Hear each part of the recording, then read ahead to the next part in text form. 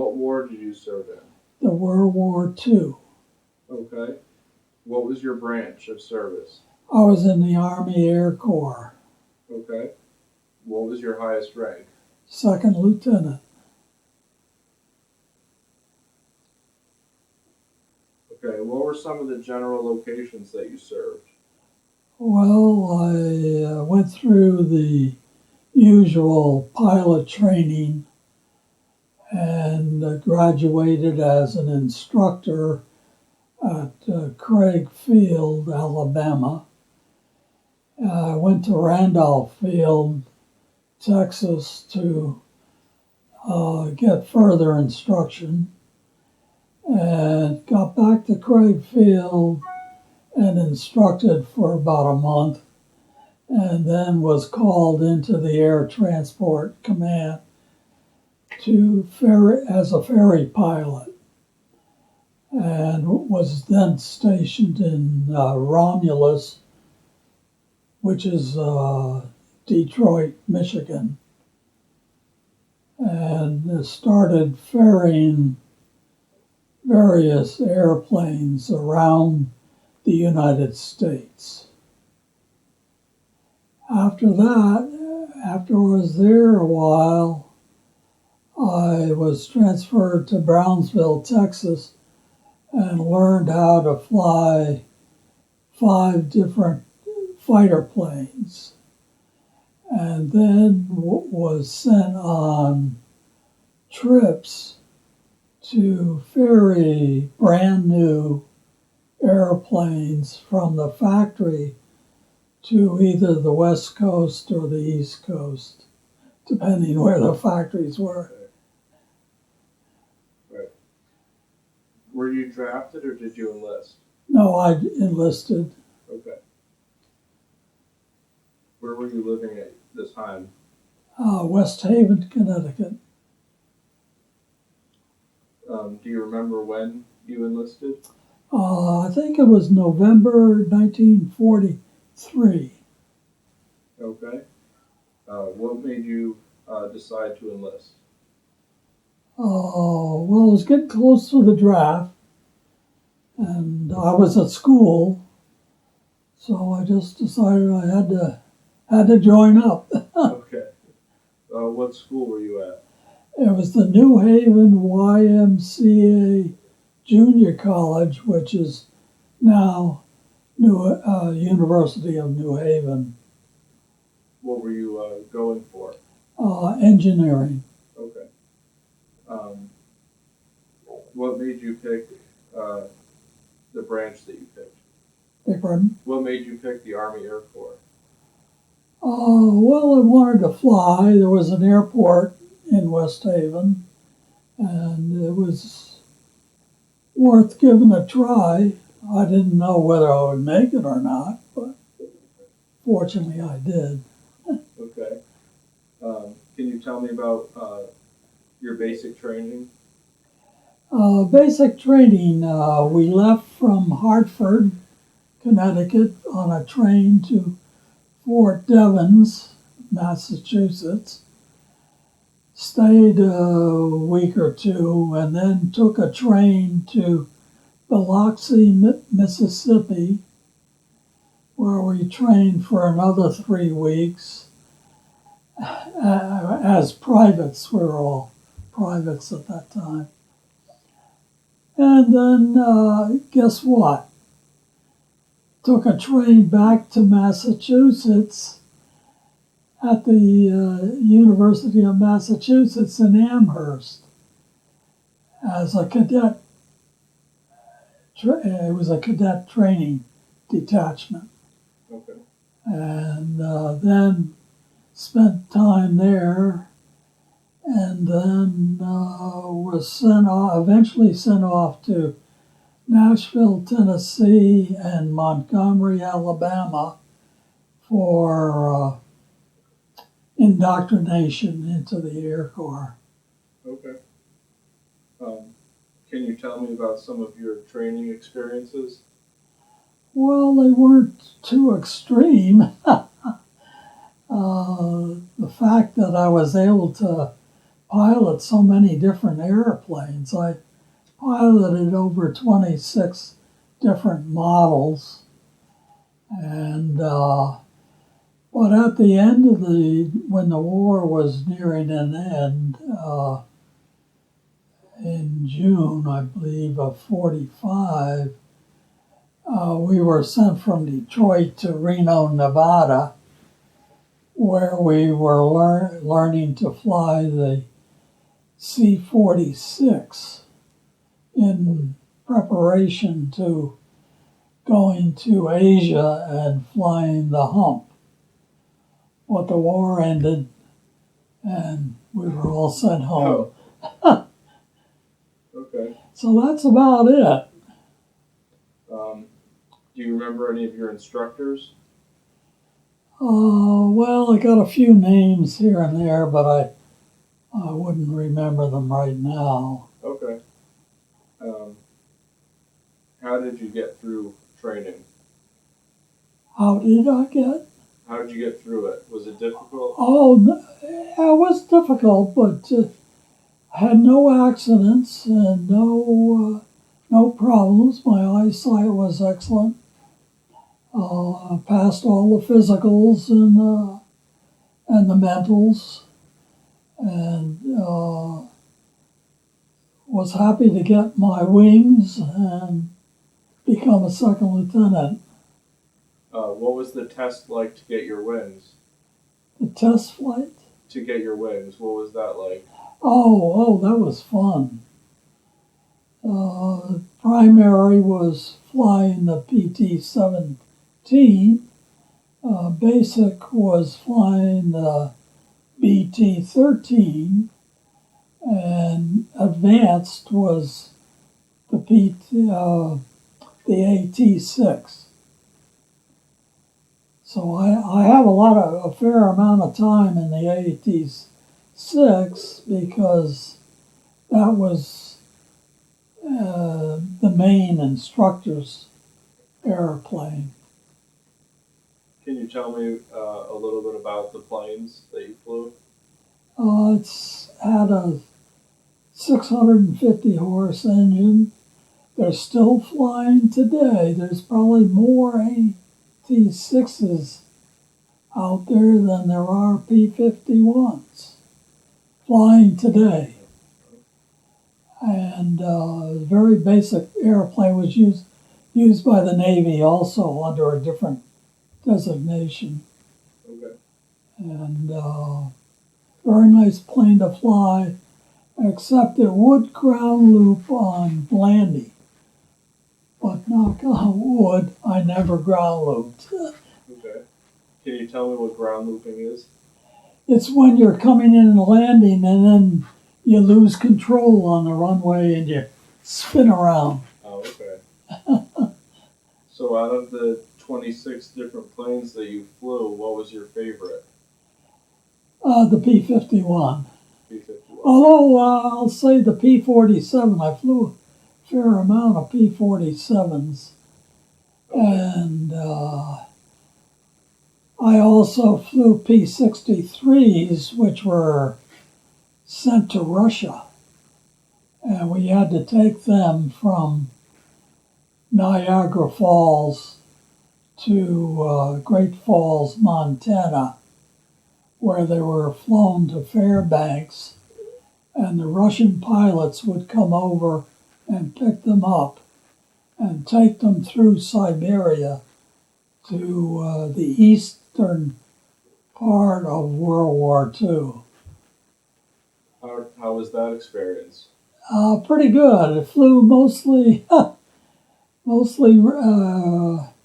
on the railroad because the navigation was so easy. Oh, okay. And only had one experience, well, two experiences with P-63 that were a little harrowing. We had to fly VFR all the time, visual flight rules. And one day we were able to fly over a front, get up high enough to go over a front.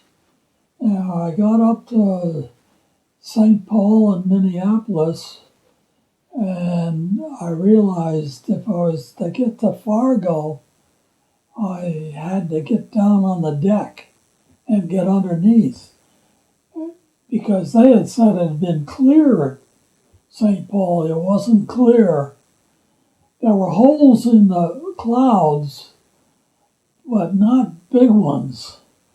And so I circled around for a while, figuring out, gee, I don't know, I gotta figure this out. So I finally went down and got up about 500 to 1,000 feet on the ground, which I looked and was clear. And since Minneapolis, that land up there is flat, there were no mountains to hit or any obstacles. So I pulled into Fargo on at 500 feet with snowbanks on the sides of the runways and made it. And guess what? There were 3 or 4 others of us had to do the same thing. And the operations officer was a little ticked off because we never should have been sent on that flight. Right. But we were lucky. Yeah. What was the other difficult incident? The other difficult incident was flying a P-51 from Dallas to Newark, New Jersey. And we got up around, we got to Greensboro, North Carolina, or I guess it's Greenwood or Greensboro now, I don't know. And the weather officer okayed us to Newark. And a friend of mine was in another P-51, so we flew together. And we got up to Philadelphia, and it was beginning to close down. So I told Randy, I said, well, we got to get down. We can't be up in this clouds over New Jersey. And the clouds were down to 1,000 feet, just like the other flight. So Randy said, well, how are we going to find it? And I said, it's very easy. At Trenton, when we get to Trenton, we were down low, and we were icing up. Our wings were beginning to ice up. It was the middle of winter. And so I told Randy, all we have to do is follow the Pennsylvania Railroad tracks. And when the tracks curve in Newark, the airport is right there. And that's what we did. And another operations officer came out and said, who let you guys go? He was madder than hell. Yeah. And a P-38 flyer came in also. And he was mad that he was let go. Yeah. So somebody in Greensboro or Greenwood got hell that day. Wow. How many people could fit in these planes that you were flying? Oh, most of them were only single person. Okay. But this other one that you flew to New Jersey, there was 2 of you? No, it was 2 different planes. Oh, We flew wing to wing. Oh, okay.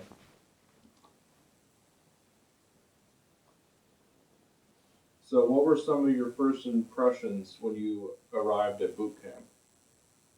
When I arrived where? At boot camp. Or at your training? In training? Yeah. Oh, I thought it was pretty good. It wasn't bad. It's on KP at Biloxi. Typical private things that they have to do. Okay. And parading was not that great in the Air Corps. fact, I remember when we were out at Reno, the parades were the sloppiest parades you ever saw. Men running from the barracks to get in the last line of the parade. Oh, Yeah, that was really funny. what was your assignment there? Was that What was your assignment there? where at Reno? Well, let's start with your earliest one, and then we'll go through. Oh, at Detroit. Yeah. At Detroit, we were to fly miscellaneous airplanes, like the L5, L3, UC-64, UC-78. Yeah, I had a little time. Some of them we were co-pilots on some planes, like the DC-3. We'd be a co-pilot since we were only single-engine pilots at that time. Right. And so we flew those for a while. That was a couple of months probably. And actually, I wasn't there very often. In fact, on one trip, I was away from my home base 60 days. Because what we would get is if you took a P-47 from Farmingdale to Evansville, you'd get an order to take a P-47 from Evansville to Sacramento. And yeah, you were on your own. But we had the opportunity or the privilege to fly on any air transport plane or any commercial airplane free of charge, and we could stay at any hotel free of charge. So the way it went was when you got to Sacramento, you got an order to fly to Los Angeles to pick up a P-51 for Newark.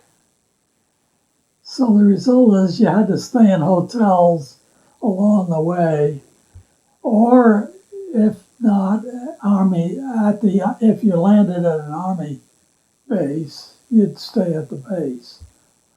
And so I flew a couple of P-51s coast to coast. How did you like that experience? Oh, that was great. Great. I was very lucky. Very lucky.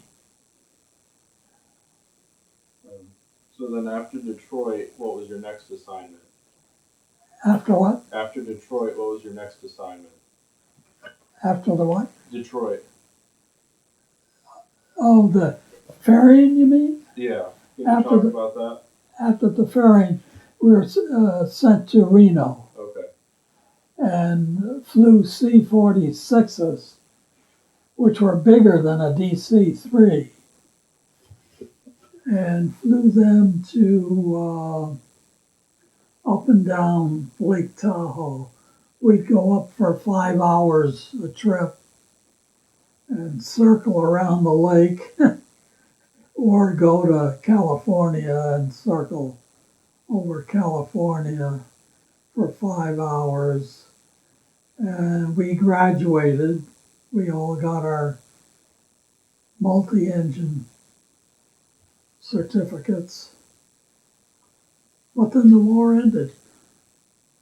We were there from about June to August, the end of August.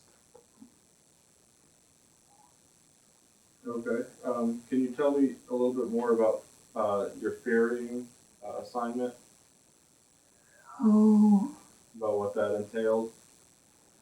well, and it entailed taking those brand new P-47s the factory, the major factories were Farmingdale, Long Island, Niagara Falls, Evansville, Dallas, Englewood, California.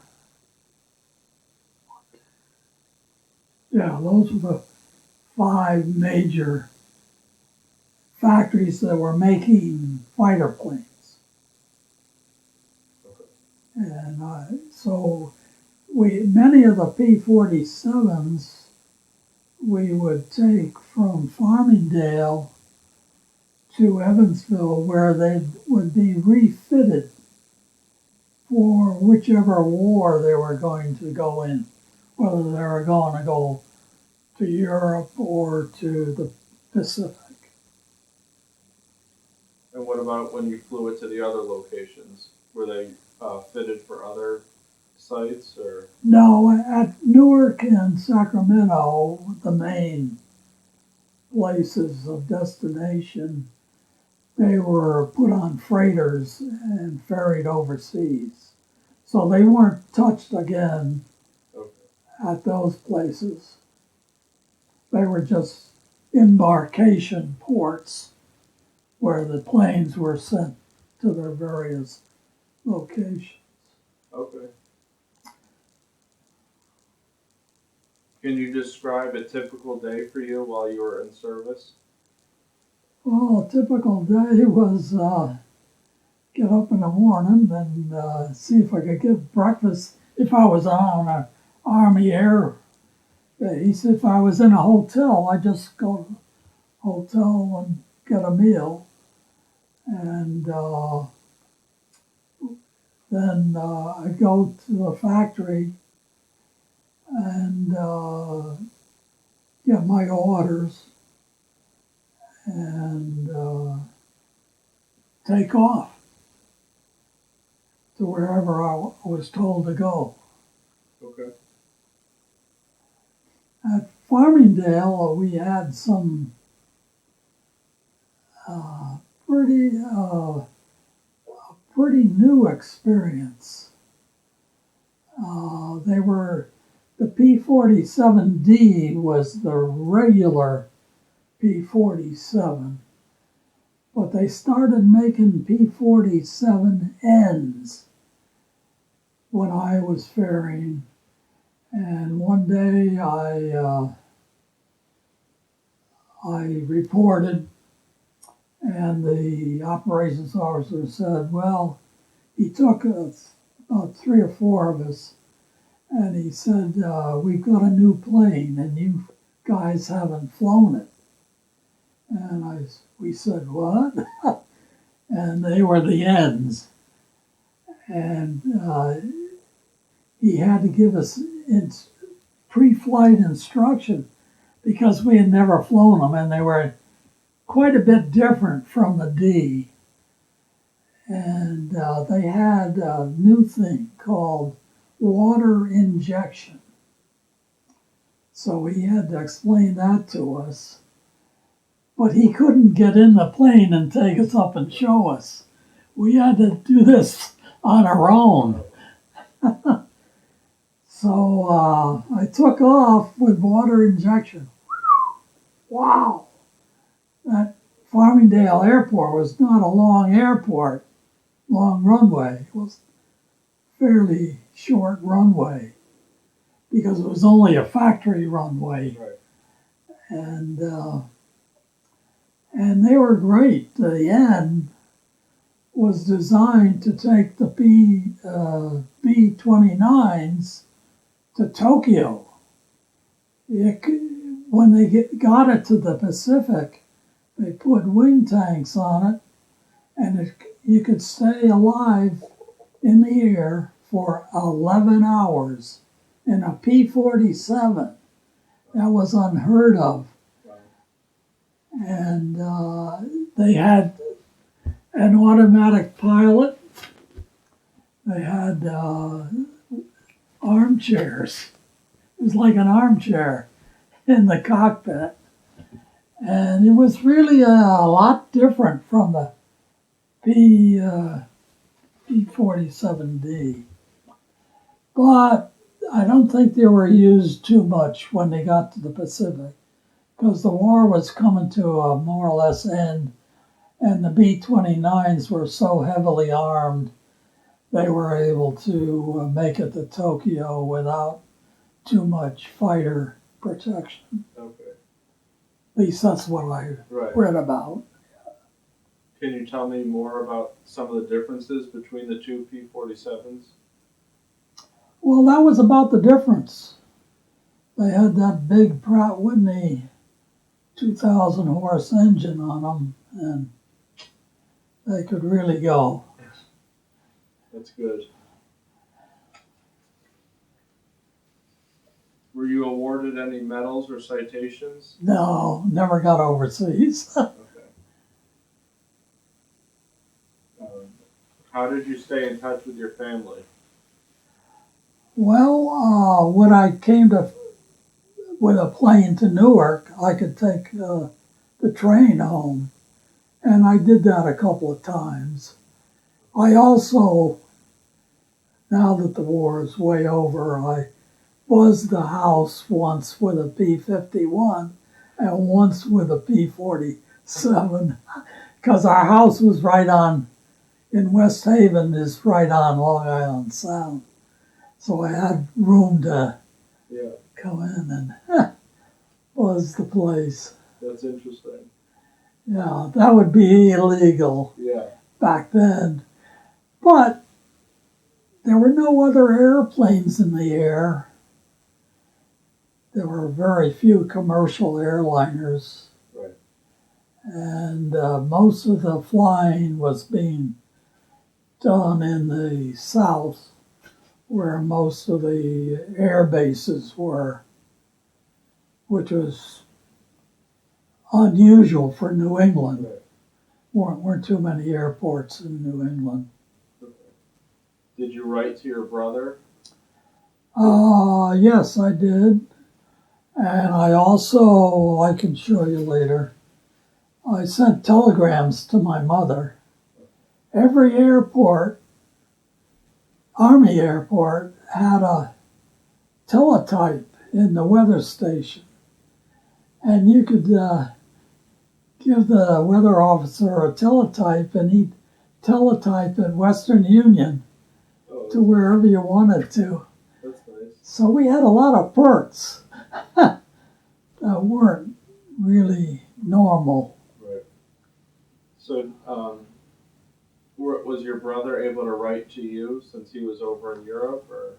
I don't recall ever getting a letter from him. I might have, but he was in a place that was, under fire. Right. Okay. How was your food? Pretty good. Actually, not bad. In fact, at Detroit, the officers' club was like a casino. They had big round tables, and there was a contingent of German POWs there. And they were our waiters. And it was run like a cafeteria. But, no, it wasn't a cafeteria. You you walked in, and no matter who was in the chair beside you, you picked a table, sat down. It could have been a general or a colonel or another second lieutenant. You sat down randomly, and then they brought you the meal. That was luxurious, but our bunks were awful.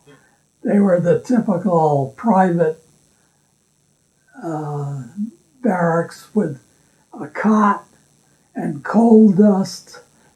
When I got back after that 60-day trip, my bunk was covered with coal dust this thick. Yeah, that's not comfortable. Did you always have enough supplies? Oh yeah. Never ran out of food, and had some pretty good meals at the hotels, which was good. Um, when you would land, when you would end up staying at a hotel, where would you land the plane? At the nearest airport, Okay. and I'd get transportation to the hotel if it wasn't an army Right. field. And there were many fields I landed on were not army fields. Most of the ferrying trips with the fighters, we landed at army fields because when we landed, the local mechanics took over. They took the plane and they fueled it and did all the work on it and so forth. But a lot of the fields we landed on, especially the B-63 fields, were city fields like Terre Haute, uh, Madison, Wisconsin, Fargo, Bismarck, Great Falls. Those were all commercial city fields owned by the town. Those fields had to be manned by mechanics too. So there were permanent party at every airport, but uh, the fields were different Right. in different places. Okay. How did you find the hotel staff treated you when you? Oh, royally, Okay. no problem. Okay. Did you ever feel any stress? Only on those occasions where that I mentioned that were kind of touchy. Okay. Yeah. Did you carry any good luck charms?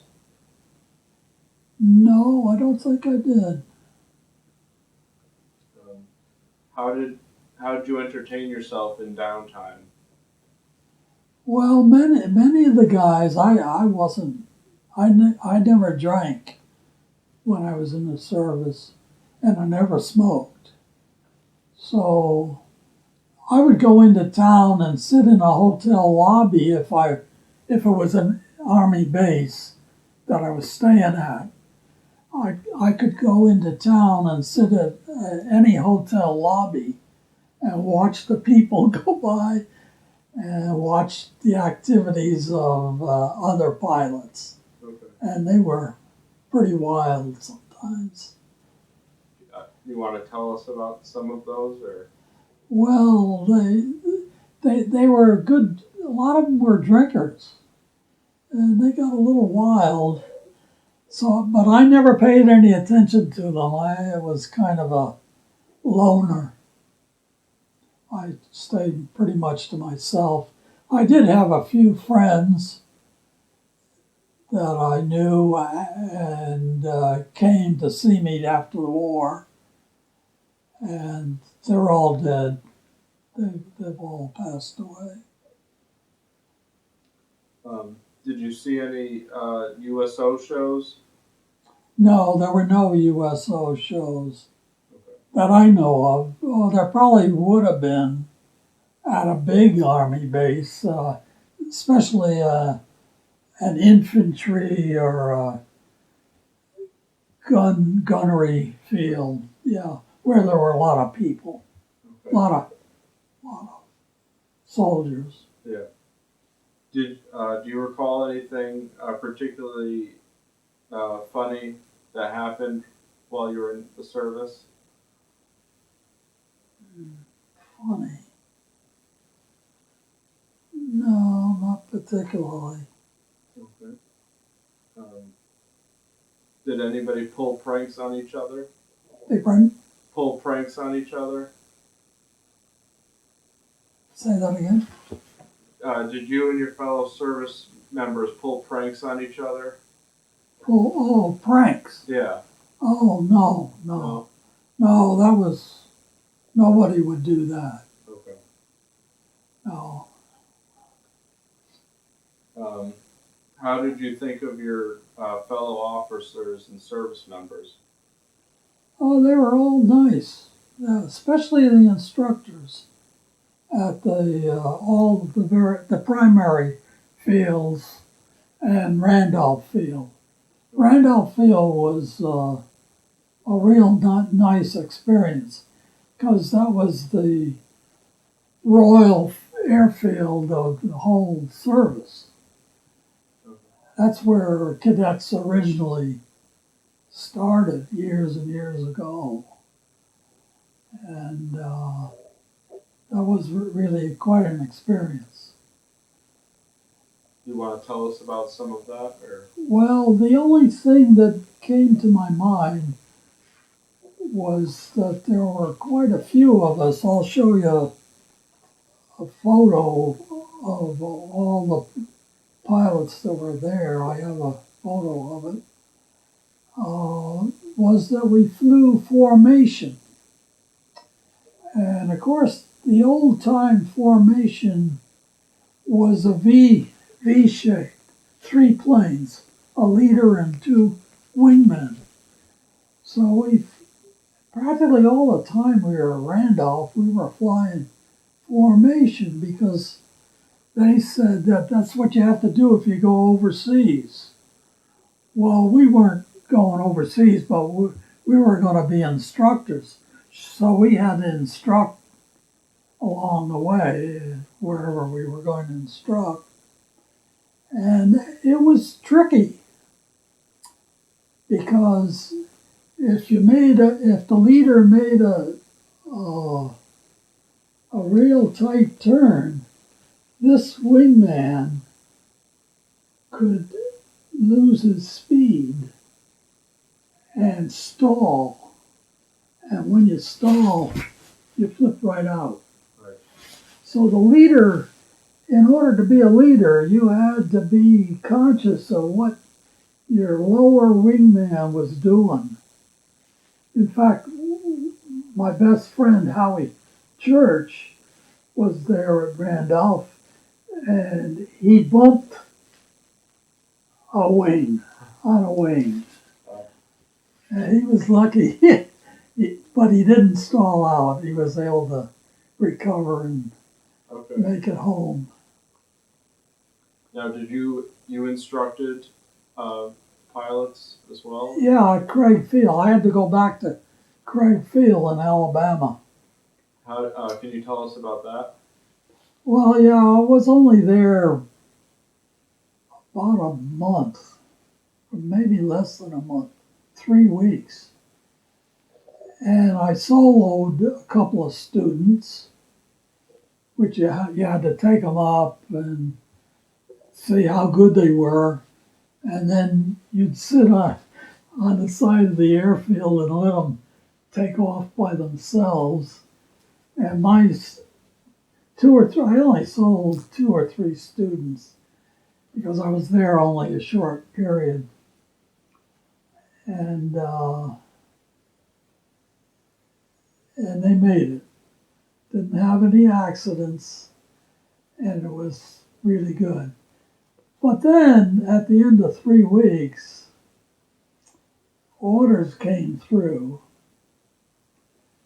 and I forgot to tell you that when I graduated from Craig Field, there were about 200 pilots graduating, but 20 of us, about 20 or might have been 26, were not sent to Eglin Field for advanced training in gunnery, how to shoot. We were left behind as instructors. And we never knew why, but we were picked out of 200 some odd pilots to stay at Craig Field. So that was unusual. And at the end of the 3 weeks of instructing, we got orders to go to Detroit, the 20 of us, all together. We were a group. And of course, at Craig Field, there were several instructors who were captains, had been there. They were there for long periods of time. In fact, our instructors, when we were students, were generally all captains in the Air Corps. And boy, were they mad. They went to the commanding officer and said, "Send us. Don't send them. Send us. Let them stay here and teach the commanding officer couldn't do it. So we went to Detroit. We were very lucky and became ferry pilots. Yeah. So that's how it started. That's good. And then when you went to Reno, were you still with the same 20 people? Yeah, the same pilots. Okay. Yeah, Howie was at Reno also.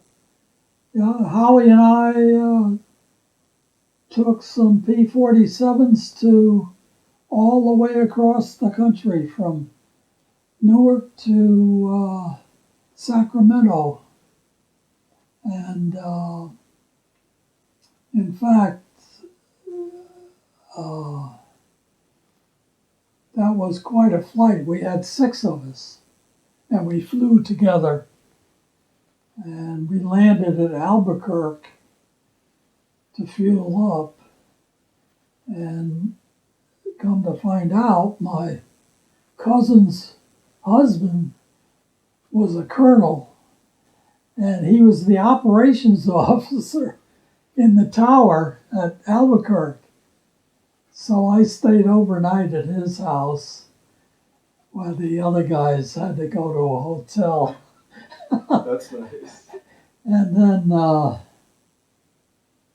then later on in the war, my last ferry flight, I was in Albuquerque again, and Bill, the colonel, I was in a PQ-14, which I'll show you a picture of. A little tiny little airplane. It was a robotic airplane. And we were flying them from Wright-Patterson Airport to Deming, New Mexico. And when he saw me, he said, what are you flying this thing? And he said, I think I got to give you an escort to Deming. I said, why? Well, why? He said, well, I don't think you're going to make it in those things. And so I said, oh, no, Bill, they'll go. And it was just 2 of us in 2 different airplanes. 2 same airplanes. So he finally said, well, okay, it was a beautiful, clear day. He said, okay, go ahead. I didn't stay overnight that time. And we landed at Deming, New Mexico. And these little airplanes, they only had I think, 150 horse engine in them. And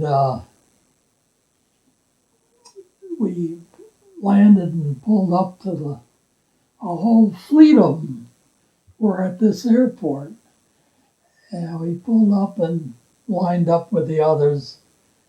But our props wouldn't stop turning. We shut off the gas. We shut off the ignition, we shut off everything, and we were just sitting there in this little dinky airplane with the prop spinning around, and we couldn't stop them. So finally a Jeep comes out, and after about 5 minutes of sitting there, they finally did stop. And we got out.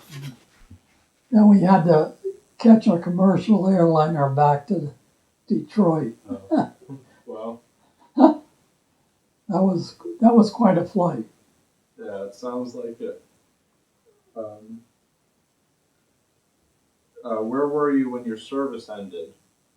At Reno. Okay. Well, I was sent to Westover for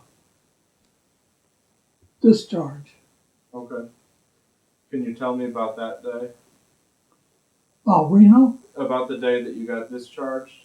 Oh, I was at Westover, and all I had to do was take a train to West Haven, or New Haven, Okay. and I was home. Okay. What was your homecoming like? Nothing spectacular. My mother and father were there, and my grandmother. My brother was not there. He was still at Okinawa. How did your family feel about the two of you serving? Well, it was something we had to do. I mean, we were the age, and we had to do it. What did you do in the days and weeks after you came home? Well, I had been working at Western Electric at a warehouse in West Haven, and I had a job there before the war, before the war, and so I went right back to work at Western Electric. They welcomed me back, and I was back working. Oh, okay. It was a telephone repair depot, and we repaired all kinds of telephone equipment. Okay. Did you use your GI Bill to go back to school or to buy a house? Or Yeah, I went back to school right away at the YMCA Junior College, and I graduated. They gave me my diploma. And so then I applied at University of Connecticut under the GI Bill, and I graduated from there in engineering in 1949. okay. And then after that, where did you work with your degree? I couldn't get a job. There weren't too many engineering jobs at that time, but my father-in-law got me a job with a building supply company, and so that's what I wound up with, building supplies. Did you make any close friendships in the service? Oh yeah, Howie Church, Dave Hollenbeck, Jim. I still have a friend who is not a ferry pilot, but graduated at Craig Field with me, Jim Brown. He lives in Dallas, and he calls me every week. Oh, that's nice. He's really a nice guy, really, really nice. But he went to England, but became a B-24 instructor, and never. I think he did serve overseas for a short period in the Korean War, but I'm not sure. Okay. He's a little close-mouthed. He wouldn't tell me much about his service. Yeah. Did you join any veterans organizations? No, I never did. No, No. no. Okay. I'm not much of a joiner. Did you go to any reunions? No, no. There was no reunion in ferry pilots because practically every ferry pilot was a loner. We were never at our bases long enough to build up a Right. rapport. Okay. How did your military experience influence your thinking about the war or military in general? Well, it had to be done, and I was just very, very fortunate to wind up the way I did. Uh, there were accidents. In fact, when we went to Brownsville and learned how to fly the fighter planes, we were, or rather I was, along with a few others, we replaced the women. That was December '44, when the WASP were disbanded. Right. I don't know if you knew about Yeah. that. So we replaced those ladies. They served well up until that time. There was about 1,000 of them, and I think maybe in the group that we trained in Brownsville, there was about 30 or 40 of us, and there were other training places, Memphis, I think Little Rock, and maybe one out west and another one east, where the pilots were trained like we were at Brownsville and replaced the women. Right. There were 1,000 women, of which 38 were killed. And so I don't know out of if there was 1,000, I never was able to find out whether any of us were killed in the ferrying. Okay. How did your military service affect your life? Well, it kept me on the straight and narrow, that's for sure. Yeah. Yeah, I married in 1948. My wife became an instructor at university, and we lived in faculty housing. And then we moved to Glastonbury in 1951, had 3 kids, and lived our life here in Glastonbury. We lived out on Main Street in our first house, and then moved up to a house just 3 houses away from here. We lived there, well, all the time the kids were growing up. And then when they were all through college, we moved up here. Okay. This was our retirement house. That's nice. Is there anything else that you would like to add that we haven't covered? No, because I had a big boat. I had many boats, actually. In fact, that picture there is my boat aground. It went aground one day, and I took a picture of it. Okay. Yeah, and so I spent most of my free time after the war in boating. I did take my mother up for a couple of flights at that West Haven airport after the war. I took her up a couple of times. I rented a Piper Cub, a 2-passenger Piper Cub, and took her up. She enjoyed that. My mother was a kind of a gung-ho person. She would take on any dare Okay. that you dared her to do. She did another dare that was quite unusual. My uncle ran the Veterans Home in Rocky Hill, and there was a water tower on the property. Right. My mother climbed it. Oh, wow. Couldn't believe it. She had a lot of fun then. Yeah. Well, I'd like to thank you for your service and for your time for this Yep. interview today. Well, this is really great. I enjoy it.